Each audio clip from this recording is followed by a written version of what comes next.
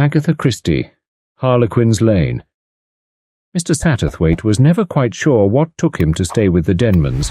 They were not of his kind, that is to say, they belonged neither to the great world nor to the more interesting artistic circles. They were Philistines, and dull Philistines at that. Mr. Satterthwaite had met them first at Biarritz, had accepted an invitation to stay with them, had come, had been bored, and yet, strangely enough, had come again and yet again. Why? He was asking himself that question on this 21st of June, as he sped out of London in his Rolls-Royce. John Denman was a man of 40, a solid, well-established figure respected in the business world. His friends were not Mr. Satterthwaite's friends, his ideas even less so. He was a man clever in his own line, but devoid of imagination outside it. Why am I doing this thing? Mr. Satterthwaite asked himself once more, and the only answer that came seemed to him so vague and so inherently preposterous that he almost put it aside. For the only reason that presented itself was the fact that one of the rooms in the house, a comfortable, well-appointed house, stirred his curiosity. That room was Mrs. Denman's own sitting room. It was hardly an expression of her personality because, so far as Mr. Satterthwaite could judge, she had no personality. He had never met a woman so completely expressionless. She was, he knew, a Russian by birth. John Denman had been in Russia at the outbreak of the European War. He had fought with the Russian troops, had narrowly escaped with his life on the outbreak of the Revolution, and had brought this Russian girl with him, a penniless refugee. In face of strong disapproval from his parents, he had married her. Mrs. Denman's room was in no way remarkable. It was well and solidly furnished with good Hepplewhite furniture, a trifle more masculine than feminine in atmosphere. But in it there was one incongruous item, a Chinese lacquer screen, a thing of creamy yellow and pale rose. Any museum might have been glad to own it. It was a collector's piece, rare and beautiful. It was out of place against that solid English background. It should have been the keynote of the room, with everything arranged to harmonize subtly with it. And yet Mr. Satterthwaite could not accuse the Denmans of lack of taste. Everything else in the house was in perfectly blended accord. He shook his head. The thing, trivial though it was, puzzled him. Because of it, so he verily believed, he had come again and again to the house. It was, perhaps, a woman's fantasy, but that solution did not satisfy him as he thought of Mrs. Denman, a quiet, hard-featured woman, speaking English so correctly that no one would ever have guessed her a foreigner.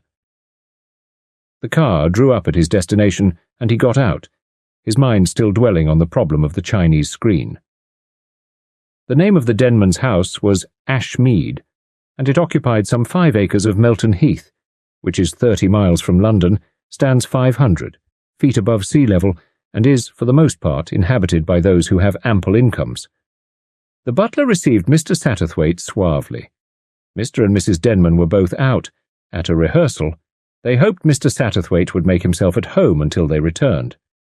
Mr. Satterthwaite nodded and proceeded to carry out these injunctions by stepping into the garden. After a cursory examination of the flower beds, he strolled down a shady walk and presently came to a door in the wall.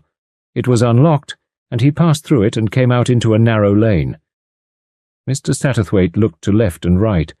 A very charming lane, shady and green with high hedges, a rural lane that twisted and turned in good old-fashioned style. He remembered the stamped address, Ashmead, Harlequin'S Lane. Remembered, too, a local name for it that Mrs. Denman had once told him. Harlequin'S Lane, he murmured to himself softly. I wonder. He turned a corner. Not at the time, but afterwards, he wondered why this time he felt no surprise at meeting that elusive friend of his, Mr. Harley Quin. The two men clasped hands. So you're down here, said Mr. Satterthwaite. Yes, said Mr. Quin. I'm staying in the same house as you are. Staying there? Yes. Does it surprise you? No, said Mr. Satterthwaite slowly. Only, well, you never stay anywhere for long, do you? Only as long as is necessary, said Mr. Quin gravely. I see, said Mr. Satterthwaite. They walked on in silence for some minutes. "This lane," began Mr. Satterthwaite, and stopped. "Belongs to me," said Mr. Quin. "I thought it did," said Mr. Satterthwaite. "Somehow I thought it must. There's the other name for it too, the local name. They call it the Lovers' Lane." "You know that?" Mr. Quin nodded. "But surely," he said gently, "there is a Lovers' Lane in every village?" "I suppose so," said Mr. Satterthwaite, and he sighed a little. He felt suddenly rather old and out of things, a little dried-up, wizened old fogey of a man. Each side of him were the hedges, very green and alive. "Where does this lane end, I wonder?" he asked suddenly. "It ends here," said Mr. Quin. They came round the last bend. The lane ended in a piece of waste ground, and almost at their feet a great pit opened.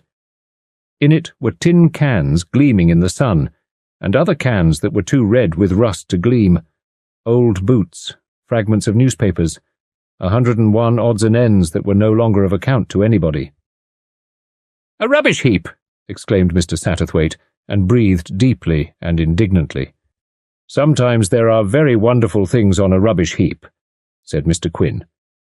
I know," cried Mr. Satterthwaite, and quoted with just a trace of self-consciousness. "Bring me the two most beautiful things in the city," said God. "You know how it goes, eh?" Mr. Quin nodded. Mr. Satterthwaite looked up at the ruins of a small cottage perched on the brink of the wall of the cliff. "Hardly a pretty view for a house," he remarked. "I fancy this wasn't a rubbish heap in those days," said Mr. Quin. "I believe the Denmans lived there when they were first married. They moved into the big house when the old people died. The cottage was pulled down when they began to quarry the rock here. But nothing much was done, as you can see." They turned and began retracing their steps. "I suppose," said Mr. Satterthwaite, smiling, "that many couples come wandering down this lane on these warm summer evenings." "Probably." "Lovers," said Mr. Satterthwaite. He repeated the word thoughtfully and quite without the normal embarrassment of the Englishman. Mr. Quin had that effect upon him. "Lovers. You have done a lot for lovers, Mr. Quin." The other bowed his head without replying. "You have saved them from sorrow, from worse than sorrow, from death. You have been an advocate for the dead themselves. You are speaking of yourself, of what you have done, not of me." "It is the same thing," said Mr. Satterthwaite. "You know it is," he urged, as the other did not speak. "You have acted through me. For some reason or other, you do not act directly, yourself." "Sometimes I do," said Mr. Quin. His voice held a new note. In spite of himself, Mr. Satterthwaite shivered a little. The afternoon, he thought, must be growing chilly, and yet the sun seemed as bright as ever. At that moment a girl turned the corner ahead of them and came into sight. She was a very pretty girl, fair-haired and blue-eyed, wearing a pink cotton frock. Mr. Satterthwaite recognized her as Molly Stanwell, whom he had met down here before. She waved a hand to welcome him. "John and Anna have just gone back," she cried. "They thought you must have come, but they simply had to be at the rehearsal." "Rehearsal of what?" inquired Mr. Satterthwaite. "This masquerade thing. I don't quite know what you'll call it. There is singing and dancing and all sorts of things in it. Mr. Manley, do you remember him down here? He had quite a good tenor voice, is to be Pierrot, and I am Pierrette. 2 professionals are coming down for the dancing, Harlequin and Columbine, you know, and then there is a big chorus of girls. Lady Rosheimer is so keen on training village girls to sing. She's really getting the thing up for that. The music is rather lovely, but very modern, next to no tune anywhere. Claude Wickham, perhaps you know him." Mr. Satterthwaite nodded, for, as has been mentioned before, it was his manner to know everybody.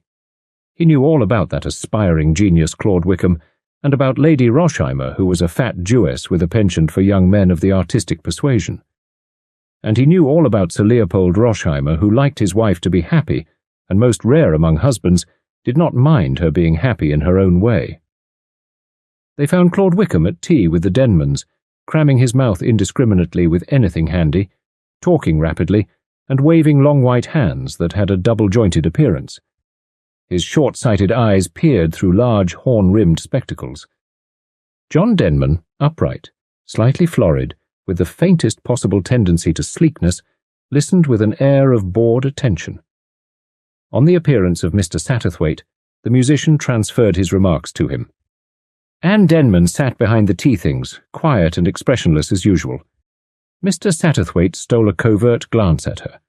Tall, gaunt, very thin, with the skin tightly stretched over high cheekbones, black hair parted in the middle, a skin that was weather-beaten. An out-of-door woman who cared nothing for the use of cosmetics. A Dutch doll of a woman, wooden, lifeless. And yet, he thought, there should be meaning behind that face, and yet there isn't. That's what's all wrong. Yes, all wrong. And to Claude Wickham he said, I beg your pardon? You were saying? Claude Wickham, who liked the sound of his own voice, began all over again. Russia, he said. That was the only country in the world worth being interested in. They experimented. With lives, if you like, but still they experimented. Magnificent. He crammed a sandwich into his mouth with one hand and added a bite of the chocolate eclair he was waving about in the other. Take, he said, with his mouth full, the Russian ballet. Remembering his hostess, he turned to her. What did she think of the Russian ballet? The question was obviously only a prelude to the important point, what Claude Wickham thought of the Russian ballet, but her answer was unexpected and threw him completely out of his stride. I have never seen it. What? He gazed at her open-mouthed. But surely. Her voice went on, level and emotionless.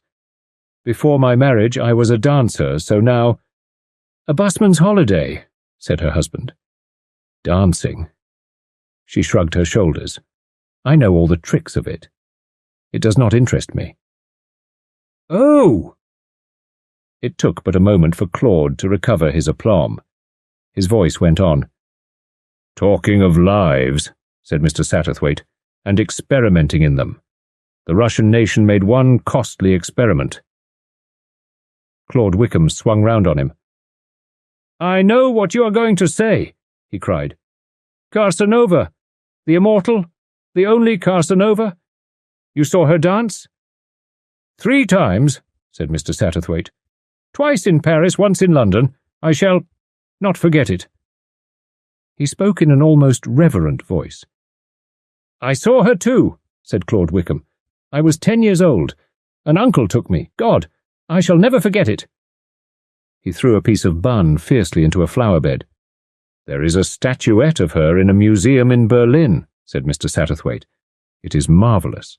That impression of fragility, as though you could break her with a flip of the thumbnail. I have seen her as Columbine, in The Swan, as the dying nymph. He paused, shaking his head. There was genius. It will be long years before such another is born.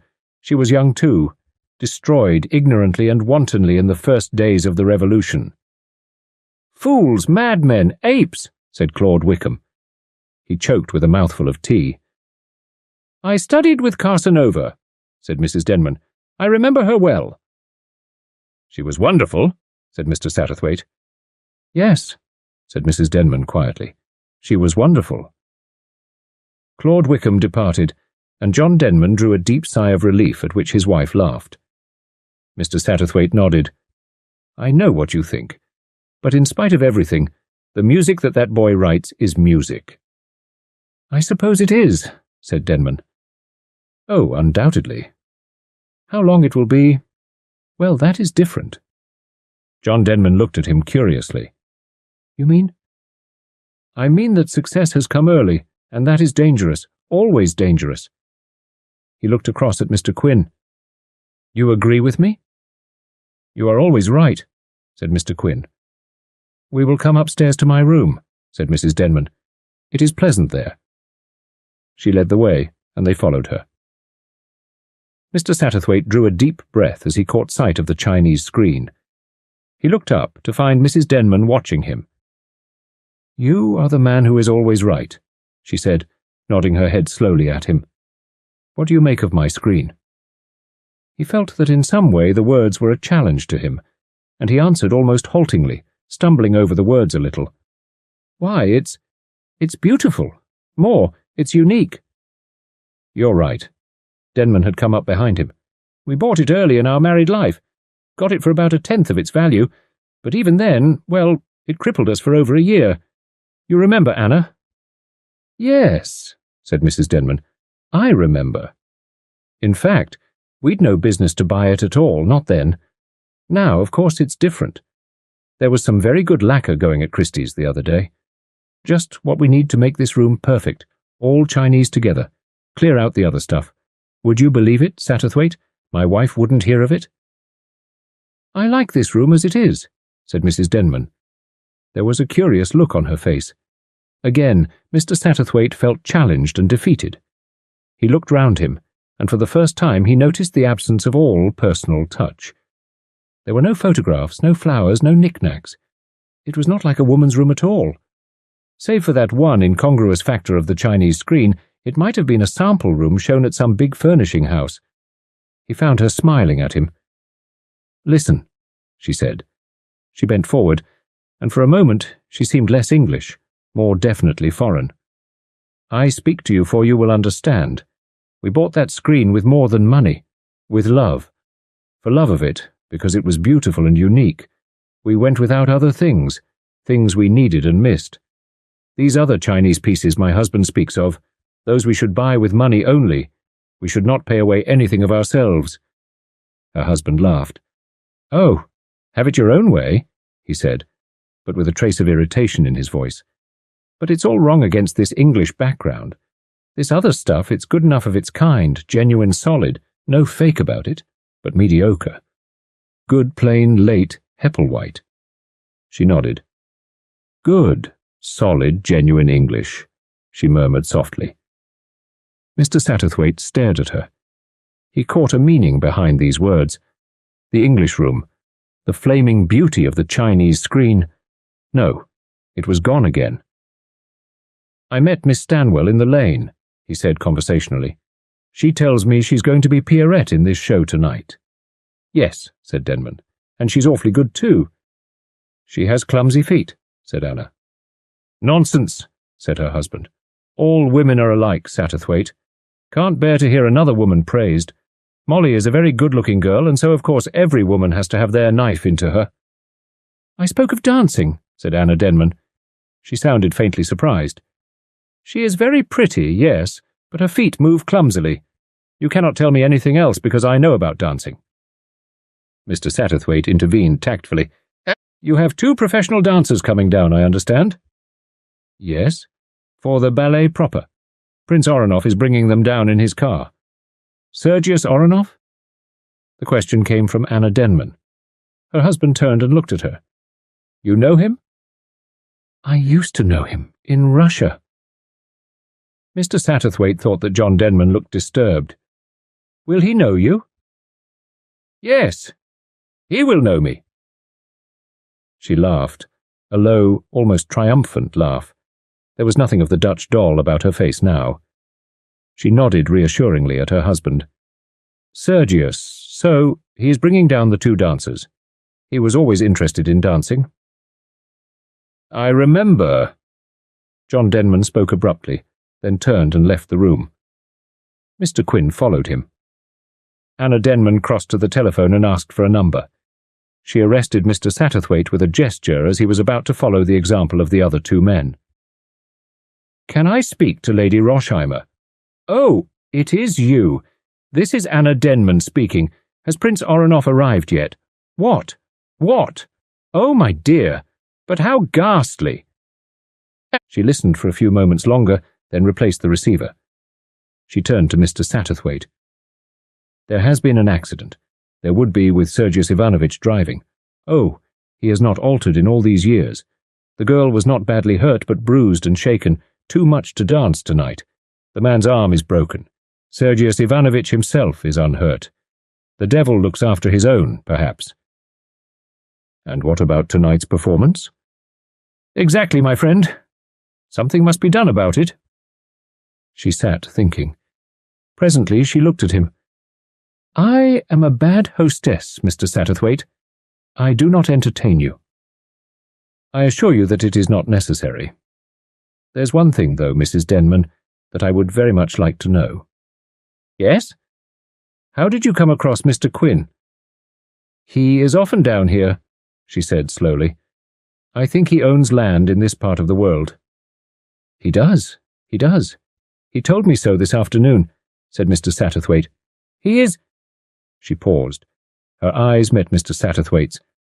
I think you know what he is better than I do, she finished. Is it not so? He was troubled. His neat little soul found her disturbing. He felt that she wished to force him further than he was prepared to go, that she wanted him to put into words that which he was not prepared to admit to himself. You know, she said. I think you know most things, Mr. Satterthwaite. Here was incense, yet for once it failed to intoxicate him. He shook his head in unwanted humility. What can anyone know? He asked. So little. So very little. She nodded in assent. Presently she spoke again, in a queer, brooding voice, without looking at him.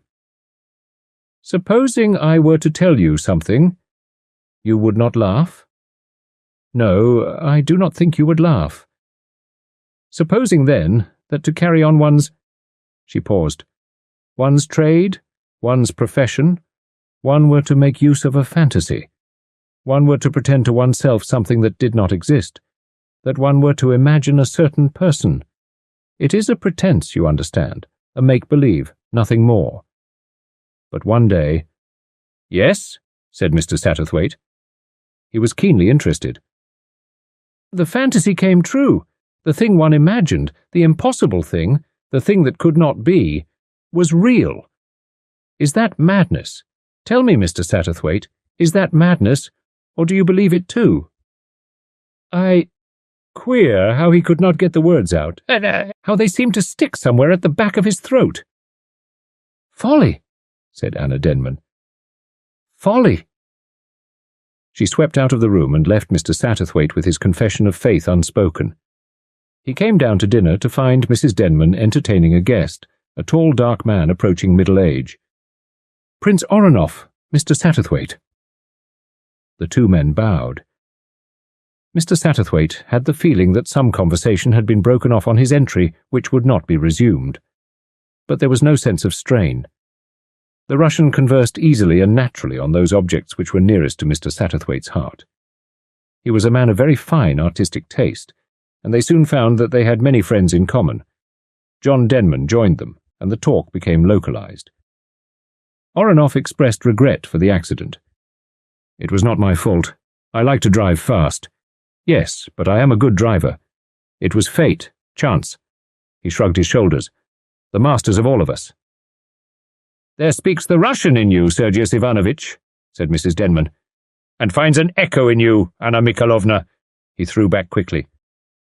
Mr. Satterthwaite looked from one to the other of the three of them. John Denman, fair, aloof, English, and the other two, dark, thin, strangely alike. Something rose in his mind. What was it? Ah, he had it now. The first act of the Walkyrie, Siegmund and Sieglinde, so alike, and the alien Hunding. Conjectures began to stir in his brain. Was this the meaning of the presence of Mr. Quin? One thing he believed in firmly, wherever Mr. Quin showed himself, there lay drama. Was this it here, the old hackneyed three-cornered tragedy? He was vaguely disappointed. He had hoped for better things. "What has been arranged, Anna?" asked Denman. "The thing will have to be put off, I suppose. I heard you ringing the Roshheimers up." She shook her head. "No, there is no need to put it off."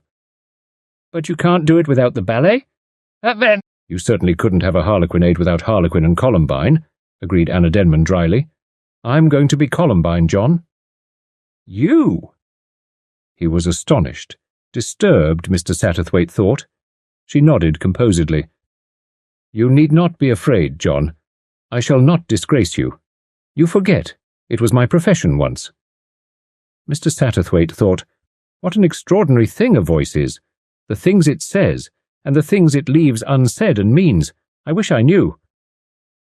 "Well," said John Denman grudgingly, "that solves one half of the problem. What about the other? Where will you find Harlequin?" "I have found him. There."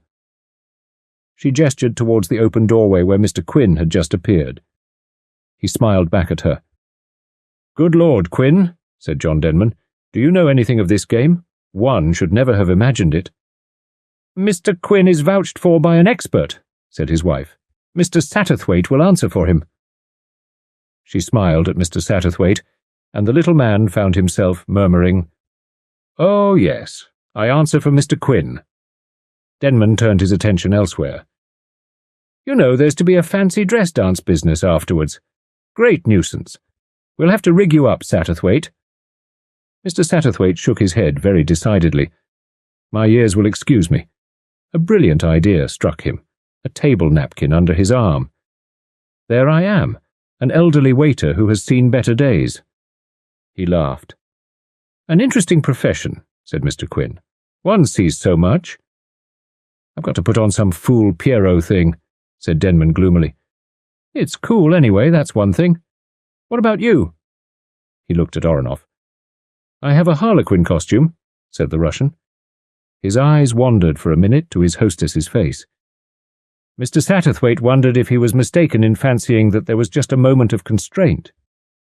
"There might have been 3 of us," said Denman with a laugh. "I've got an old Harlequin costume my wife made me when we were first married for some show or other."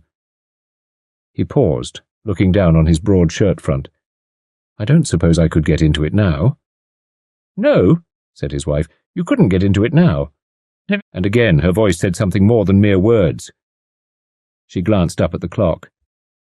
"If Molly doesn't turn up soon, we won't wait for her." But at that moment the girl was announced. She was already wearing her Pierrette dress of white and green, and very charming she looked in it, so Mr. Satterthwaite reflected. She was full of excitement and enthusiasm over the forthcoming performance. "I'm getting awfully nervous, though," she announced, as they drank coffee after dinner. "I know my voice will wobble, and I shall forget the words." "Your voice is very charming," said Anna. "I should not worry about it if I were you."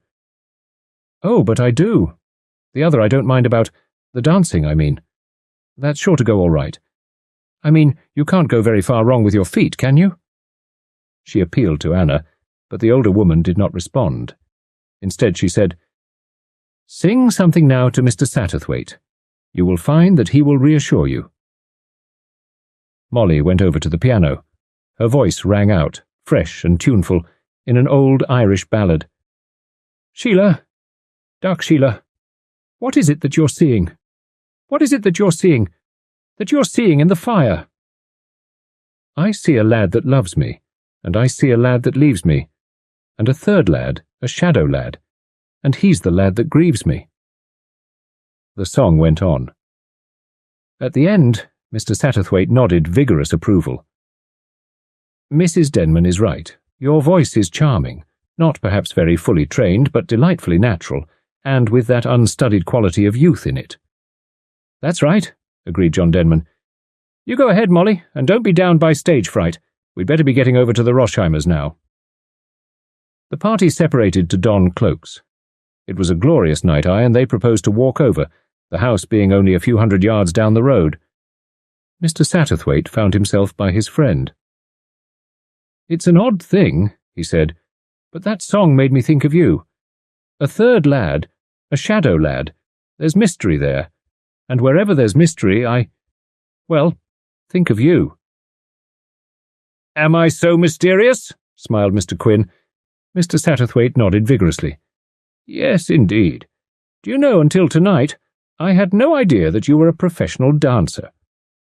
"Really?" said Mr. Quin. "Listen," said Mr. Satterthwaite. He hummed the love motif from the Walkery. "That is what has been ringing in my head all through dinner as I looked at those two." "Which two?" "Prince Oronoff and Mrs. Denman. Don't you see the difference in her tonight? It's as though a shutter had suddenly been opened and you see the glow within." "Yes," said Mr. Quin. "Perhaps so." "The same old drama," said Mr. Satterthwaite. "I am right, am I not? Those two belong together. They are of the same world, think the same thoughts, dream the same dreams. One sees how it has come about. 10 years ago, Denman must have been very good-looking, young, dashing, a figure of romance, and he saved her life, all quite natural. But now, what is he after all? A good fellow, prosperous, successful, but, well, mediocre. Good, honest English stuff, very much like that. Hepplewhite furniture upstairs. As English, and as ordinary, as that pretty English girl with her fresh, untrained voice. Oh, you may smile, Mr. Quin, but you cannot deny what I am saying. I deny nothing. In what you see you are always right, and yet— Yet— what? Mr. Quin leaned forward. His dark, melancholy eyes searched for those of Mr. Satterthwaite. "Have you learned so little of life?" he breathed. He left Mr. Satterthwaite vaguely disquieted, such a prey to meditation that he found the others had started without him owing to his delay in selecting a scarf for his neck. He went out by the garden, and through the same door as in the afternoon. The lane was bathed in moonlight, and even as he stood in the doorway he saw a couple enlaced in each other's arms. For a moment he thought— And then he saw John Denman and Molly Stanwell. Denman's voice came to him, hoarse and anguished. "I can't live without you. What are we to do?" Mr. Satterthwaite turned to go back the way he had come, but a hand stayed him. Someone else stood in the doorway beside him, someone else whose eyes had also seen. Mr. Satterthwaite had only to catch one glimpse of her face to know how wildly astray all his conclusions had been. Her anguished hand held him there until those other two had passed up the lane and disappeared from sight. He heard himself speaking to her, saying foolish little things meant to be comforting, and ludicrously inadequate to the agony he had divined. She only spoke once. "Please," she said, "don't leave me." He found that oddly touching. He was, then, of use to someone. And he went on saying those things that meant nothing at all, but which were somehow better than silence. They went that way to the Roshheimers. Now and then her hand tightened on his shoulder, and he understood that she was glad of his company. She only took it away when they finally came to their destination. She stood very erect, her head held high. "Now," she said, "I shall dance. Do not be afraid for me, my friend. I shall dance." She left him abruptly. He was seized upon by Lady Roshheimer, much bedimonded and very full of lamentations. By her, he was passed on to Claude Wickham. "Ruined! Completely ruined! The sort of thing that always happens to me. All these country bumpkins think they can dance.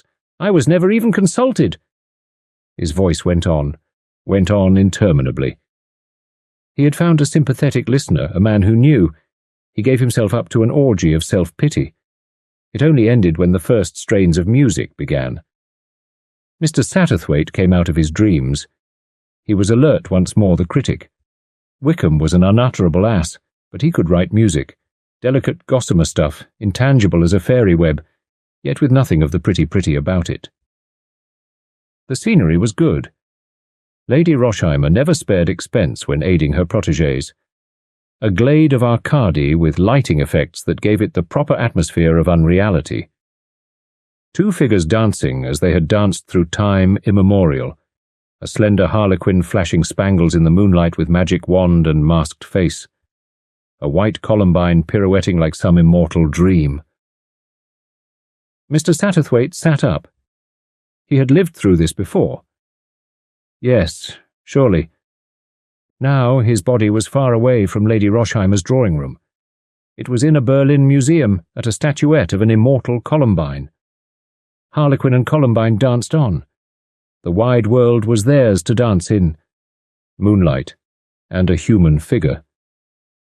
Pierrot wandering through the wood, singing to the moon. Pierrot who has seen Columbine and knows no rest. The immortal too vanish, but Columbine looks back. She has heard the song of a human heart.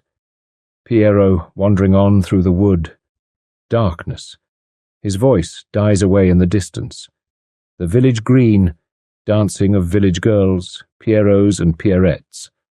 Molly as Pierrette. No dancer, Anna Denman, was right there, but a fresh, tuneful voice as she sings her song, Pierrette Dancing on the Green. A good tune. Mr. Satterthwaite nodded approval. Wickham wasn't above writing a tune when there was a need for it. The majority of the village girls made him shudder, but he realized that Lady Rosheimer was determinedly philanthropical. They press Pierrot to join the dance. He refuses. With white face he wanders on, the eternal lover seeking his ideal. Evening falls, Harlequin and Columbine, invisible, dance in and out of the unconscious throng. The place is deserted, only Pierrot, weary, falls asleep on a grassy bank. Harlequin and Columbine dance round him. He wakes and sees Columbine. He woos her in vain, pleads, beseeches. She stands uncertain. Harlequin beckons to her to be gone. But she sees him no longer. She is listening to Pierrot, to his song of love outpoured once more. She falls into his arms and the curtain comes down. The second act is Pierrot's cottage. Columbine sits on her hearth. She is pale, weary. She listens. For what? Pierrot sings to her, woos her back to thoughts of him once more. The evening darkens. Thunder is heard. Columbine puts aside her spinning wheel. She is eager, stirred. She listens no longer to Pierrot. It is her own music that is in the air, the music of Harlequin and Columbine. She is awake. She remembers. A crash of thunder. Harlequin stands in the doorway. Pierrot cannot see him, but Columbine springs up with a glad laugh. Children come running, but she pushes them aside. With another crash of thunder the walls fall, and Columbine dances out into the wild night with Harlequin. Darkness, and through it the tune that Pierrette has sung. Light comes slowly. The cottage once more. Pierrot and Pierrette grown old and grey sit in front of the fire in 2 armchairs. The music is happy, but subdued. Pierrette nods in her chair. Through the window comes a shaft of moonlight, and with it the motif of Pierrot's long-forgotten song. He stirs in his chair. Faint music, fairy music. Harlequin and Columbine outside. The door swings open and Columbine dances in. She leans over the sleeping Pierrot, kisses him on the lips. Crash! A peal of thunder. She is outside again. In the centre of the stage is the lighted window, and through it are seen the 2 figures of Harlequin and Columbine dancing slowly away, growing fainter and fainter. A log falls. Pierrette jumps up angrily, rushes across to the window and pulls the blind. So it ends, on a sudden discord. Mr. Satterthwaite sat very still among the applause and vociferations. At last he got up and made his way outside. He came upon Molly Stanwell, flushed and eager, receiving compliments. He saw John Denman pushing and elbowing his way through the throng, his eyes alight with a new flame. Molly came towards him, but almost unconsciously he put her aside. It was not her he was seeking. "My wife? Where is she?" "I think she went out in the garden." It was, however, Mr. Satterthwaite who found her, sitting on a stone seat under a cypress tree. When he came up to her, he did an odd thing. He knelt down and raised her hand to his lips. "Ah," she said. "You think I danced well?" "You danced, as you always danced, Madame Casanova." She drew in her breath sharply. "So, you have guessed." "There is only one Casanova. No one could see you dance and forget. But why? Why? What else is possible?" "You mean?" She had spoken very simply. She was just as simple now. "Oh, but you understand. You are of the world. A great dancer, she can have lovers, yes. But a husband, that is different. And he did not want the other. He wanted me to belong to him as Casanova could never have belonged." "I see," said Mr. Satterthwaite. "I see. So you gave it up?" She nodded. "You must have loved him very much," said Mr. Satterthwaite gently. "To make such a sacrifice." She laughed. "Not quite that. To make it so light-heartedly." "Ah, yes, perhaps you are right." "And now?" asked Mr. Satterthwaite. Her face grew grave. "Now?" She paused, then raised her voice and spoke into the shadows. "Is that you, Sergius Ivanovich?" Prince Oronov came out into the moonlight. He took her hand and smiled at Mr. Satterthwaite without self-consciousness. "10 years ago I mourned the death of Anna Karsanova," he said simply. "She was to me as my other self. Today I have found her again. We shall part no more." "At the end of the lane in 10 minutes, said Anna. "I shall not fail you." Oronov nodded and went off again. The dancer turned to Mr. Satterthwaite. A smile played about her lips. "Well, you are not satisfied, my friend." "Do you know," said Mr. Satterthwaite abruptly, "that your husband is looking for you?" He saw the tremor that passed over her face, but her voice was steady enough. "Yes," she said gravely, "that may well be. I saw his eyes. They—" He stopped abruptly. She was still calm. "Yes, perhaps. For an hour. An hour's magic, born of past memories, of music, of moonlight. That is all." "Then there is nothing that I can say?" He felt old, dispirited. "For 10 years I have lived with the man I love," said Anna Karsanova. "Now I am going to the man who for 10 years has loved me." Mr. Satterthwaite said nothing. He had no arguments left. Besides, it really seemed the simplest solution. Only somehow it was not the solution he wanted. He felt her hand on his shoulder. "I know, my friend, I know, but there is no third way. Always one looks for one thing, the lover, the perfect, the eternal lover. It is the music of Harlequin one hears. No lover ever satisfies one, for all lovers are mortal. And Harlequin is only a myth, an invisible presence, unless—" "Yes," said Mr. Satterthwaite. "Yes?" "Unless his name is Death." Mr. Satterthwaite shivered. She moved away from him, was swallowed up in the shadows. He never knew quite how long he sat on there, but suddenly he started up with the feeling that he had been wasting valuable time. He hurried away, impelled in a certain direction, almost in spite of himself. As he came out into the lane, he had a strange feeling of unreality.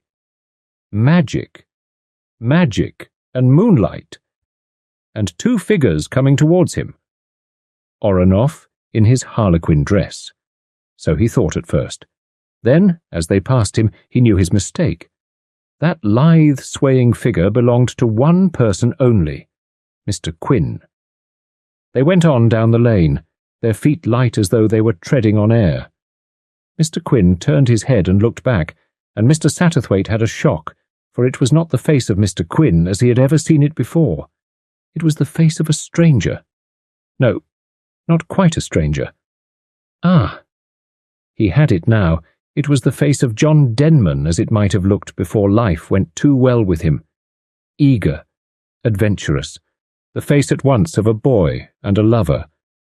Her laugh floated down to him, clear and happy.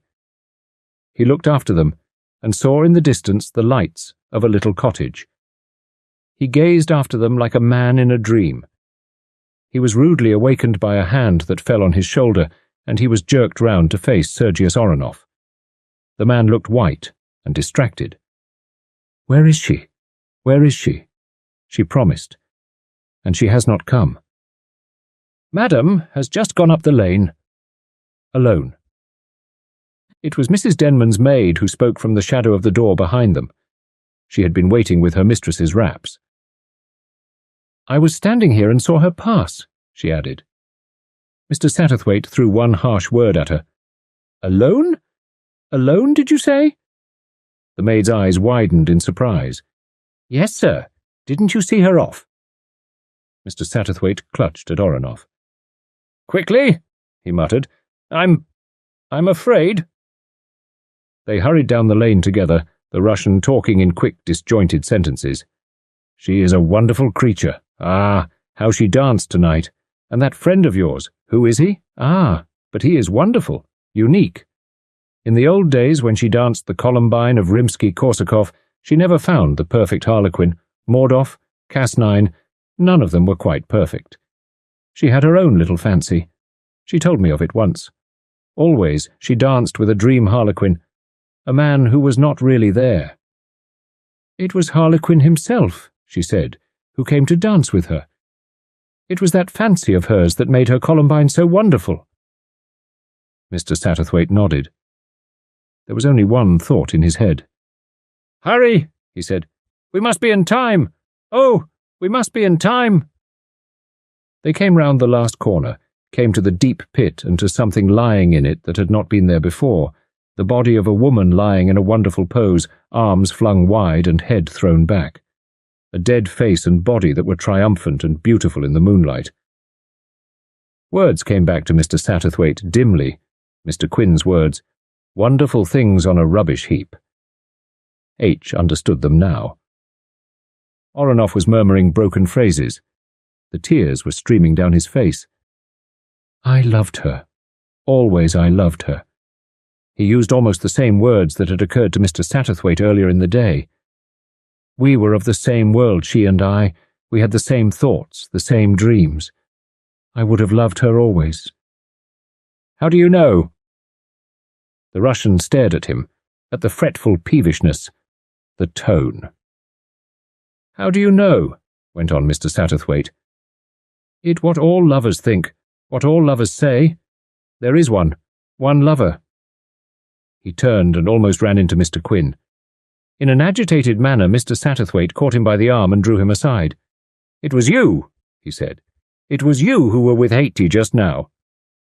Mr. Quin waited a minute, and then said gently, "You can put it that way, if you like."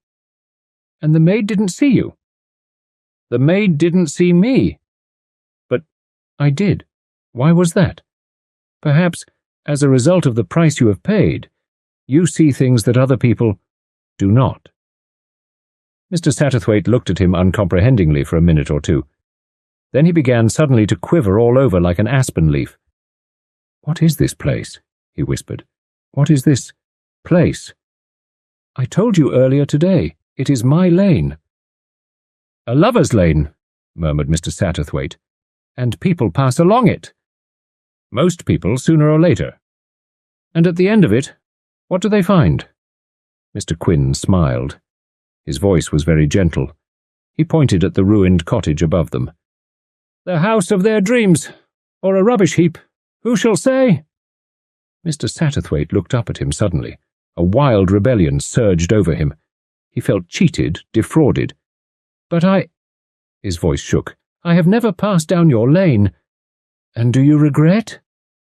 Mr. Satterthwaite quailed. Mr. Quin seemed to have loomed to enormous proportions. Mr. Satterthwaite had a vista of something at once menacing and terrifying, joy, sorrow, despair, and his comfortable little soul shrank back appalled. "Do you regret?" Mr. Quin repeated his question. There was something terrible about him. "No," Mr. Satterthwaite stammered. "No." And then suddenly he rallied. "But I see things," he cried. "I may have been only a looker-on at life, but I see things that other people do not. You said so yourself, Mr. Quin." But Mr. Quin had vanished.